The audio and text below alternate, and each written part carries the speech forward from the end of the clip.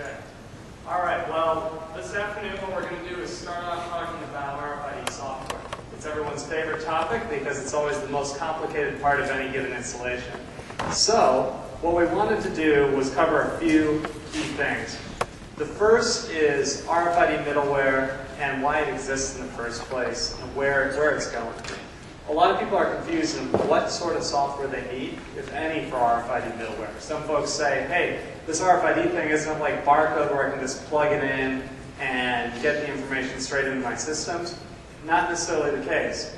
But at the same time, there's also RFID middleware vendors that you'll see out on the exhibition floor that will say you need this big, massive thing that you may or may not need depending on your applications and use cases.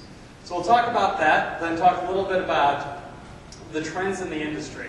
And it's important to get a flavor for where the industry came from, where it started out, and where the vendors are coming from. Because as you start to learn where the vendors came from, you can adjust to how they're pitching you and how you can, how they're taking an approach to the market and where they're going to be helpful and where they may be detrimental to your RFID implementation.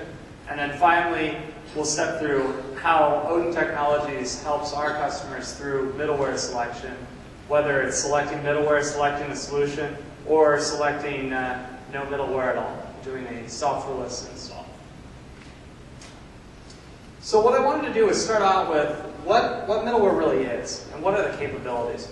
If you look up on this chart here, you'll see in the white there's four pieces.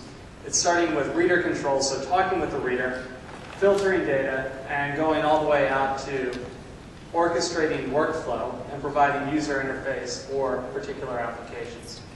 Now, although you have those four capabilities in the white, you'll notice that there's a whole lot more that's there that's really required for any given implementation. For example, I need to have some sort of enterprise application that may keep track of things like my product master data, it may keep track of my financials, it may do warehouse operations. I have analytics to determine, hey, if I've put in this RFID system, am I actually reaping any benefit from it? Because one of the things that we find is RFID provides a tremendous amount of visibility that was never available in the past. And what you're going to want is to have these analytical capabilities to say, hey, not only am I fixing my kitting problem, but I'm also getting data on how kitting is done in the first place. So maybe I want to do some business transformation. So we have analytics, and then, of course, the two things that are probably most overlooked are the monitoring and management of both your RFID system and the other components. So we'll talk a little bit about that in actually another session a little bit later. As we start to step into the middleware vendors, they provide four basic areas of functionality. We have some sort of user interface. And this could be something as basic as I am able to flash a light stack or drive a horn. Or it could be something a little more complicated, like if I have a handheld, for example, Symbol and Intermec and Scion, they've all got RFID handhelds, and they may have a way to drag and drop text fields and buttons and wire them up to specific applications. I want to be able to know exactly what user interfaces I'm going to be capable of using. The second thing is I have workflows and applications. After all, you're not deploying RFID to just read tags and light up and say, terrific, I have a read. That's really just a science problem. So you need to take a look at what workflow is new, truly new to my system. And in some instances, the answer is going to be none. You're going to say, you know what? All I'm trying to do is take an existing system, let's call it a conveyor application, where I'm doing work and process tracking, and boxes are going down, and I need to route them to one conveyor or another. With RFID, I may still route them the same exact way as I did with barcode or I did manually. And the systems that I have in place to do MIS and other NES kinds of systems, they may actually already be set up to handle any workflow. There's other instances. For example, one of our clients tracks oil and gas pipes around the world. And they currently measure the pipes manually. And what they need to do is have a system that can, when you read an RFID tag, automatically tell you what the length is of the pipe. There's no capability currently in any of their systems, and there's not a logical system that has a home. So we're going to put some sort of workflow or application logic into the RFID system rather than into the enterprise system.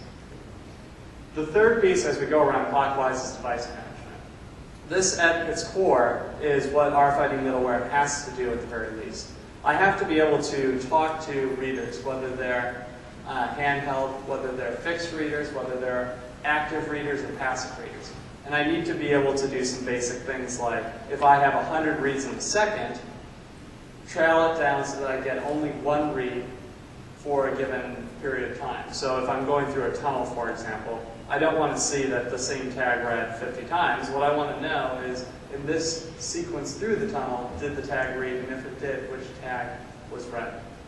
And then finally, there's shared services that when you start to build multiple applications, there's common things that will be in place. And we'll get into that a little bit more, but those include things like serial number management and data management. So just to drill in a bit more, these are the same four concepts that we presented on the previous slide. And as we look at it, so for example, user interface, I'm going to say, all right, based on this application, I have a picking application. I'm going to use screens, I'm going to have horns, and I can start to build up my bill of materials from a functional perspective. What are the key things that I need to evaluate? Second thing is, what are the workflows? Generally, you're going to start with one, but what's going to help really make your decision on whether you need a middleware or not, and what your applications are, is how many workflows are you going to be adding, and how complicated will they be? You're going to find that you may be able to do your very first RFID deployment with no middleware or no RFID software at all, because you're doing that basic automation of an already existing process. But as you start to scale, you're going to provide new functionality that doesn't logically fit in your warehouse management system or something like that. So at that point, you may say to yourself, you know what, it may be more complicated to do my very first implementation using an RFID software, but it makes logical sense that I would do this workflow in the RFID software, and I know I have other applications coming down the road that are going to require RFID software. So I may consider that up front, depending on your business considerations. We talked about the shared services a little bit, but one of the things that tends to be the most complicated, and it really depends on what your system is the number management aspect of things. Many people have warehouse management systems in place and other systems in place where they track by the batch number or the lot number or the product item number, something like a UPC or something like that. With RFID, you're immediately getting to a very serialized world.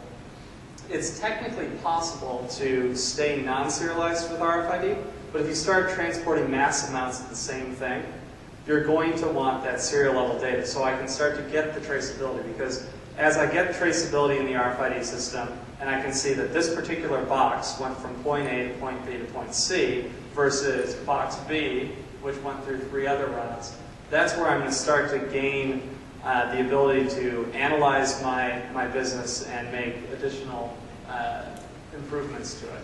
So serial number management tends to be one of the things that's overlooked at first, but really should be one of the first things that you look at. And if your systems do not support a serialized kind of data, you're going to very quickly get into a situation where you're going to want some sort of number management that's outside of your existing systems. In fact, I would say that serial number management tends to be the #1 thing that drives adoption of an RFID software, a separate RFID software system outside of your existing systems. Because what tends to happen is people will be tracking by item number, for example, and they need to make that translation from this is item X, serial number Y, to the backend system which only tracks that it's item X.